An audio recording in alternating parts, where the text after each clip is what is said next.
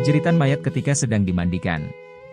Selama ini kita mungkin berpendapat orang yang meninggal itu tidak akan merasakan sakit ketika jasadnya dimandikan. Padahal saat dimandikan tersebut, mayit tersebut menjerit. Diceritakan oleh Aisyah, ketika itu ia tengah menunggu suaminya Rasulullah Shallallahu Alaihi Wasallam kembali ke rumah. Ia mengucapkan salam dan kemudian berdiri untuk menyambut sang Nabi kecintaan Allah tersebut. Duduklah di tempatmu, tidak usah berdiri wahai Ummul Mukminin, begitu ucap Rasulullah Shallallahu Alaihi Wasallam. Rasulullah Shallallahu Alaihi Wasallam kemudian turut duduk bersama Aisyah dan kemudian meletakkan kepalanya di pangkuan istrinya tersebut. Aisyah lantas mencari uban pada jenggot Rasulullah dan menemukan 19 helai rambut yang sudah memutih. Aisyah kemudian berpikir dalam hatinya, sesungguhnya baginda akan meninggalkan dunia ini sebelum aku, sehingga tetaplah satu umat yang ditinggalkan oleh nabinya.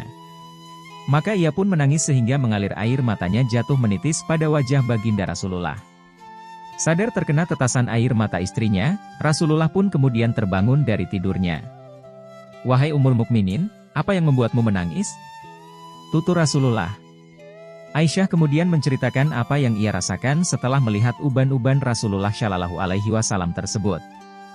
"Tahukah kamu, kondisi apakah yang paling menyusahkan bagi mayit?" kata Rasulullah Shallallahu Alaihi Wasallam. "Tidak ada kondisi yang paling menyusahkan atas diri mayit dari saat keluar dari rumahnya, anak-anak yang ditinggalkan berada di belakangnya, serta menangisinya," kata Rasulullah. "Itu memang menyakitkan, tapi masih ada lagi yang jalan pedih dari itu," sahut Rasulullah Shallallahu Alaihi Wasallam.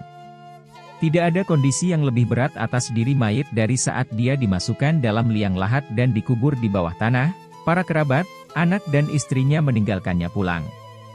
Setelah itu datanglah malaikat Munkar dan Nakir dalam kuburnya," ujar Aisyah. Baginda kemudian tersenyum simpul mendengar jawaban istrinya ini.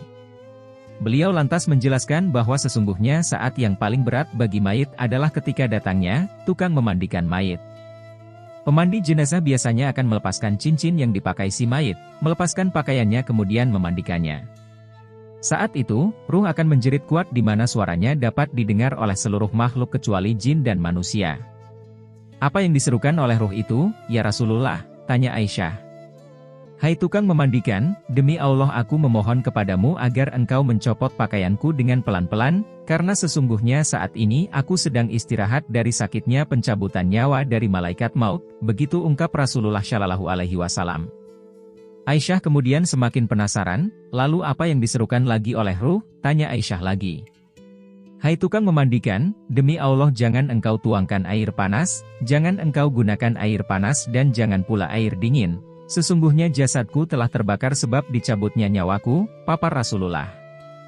"Lalu ketika dimandikan, apa yang diserukan oleh ruh itu?" tanya Aisyah lagi. "Dan ketika dimandikan, ruh itu berkata, 'Demi Allah, hai tukang memandikan, janganlah engkau pegang diriku terlalu kuat, sesungguhnya jasadku masih terluka karena keluarnya nyawa,' tutur Rasulullah Shallallahu Alaihi Wasallam. Itulah sakit yang dirasakan oleh mayit. Tentu kita sudah tahu bahwa saat pencabutan nyawa itu rasanya begitu menyakitkan, bahkan Rasulullah Shallallahu Alaihi Wasallam pun merasakan hal yang sama. Dan bekasnya masih terasa hingga saat dimandikan. Jadi, bagi Anda yang suka memandikan jenazah, dengarlah jeritan ruh.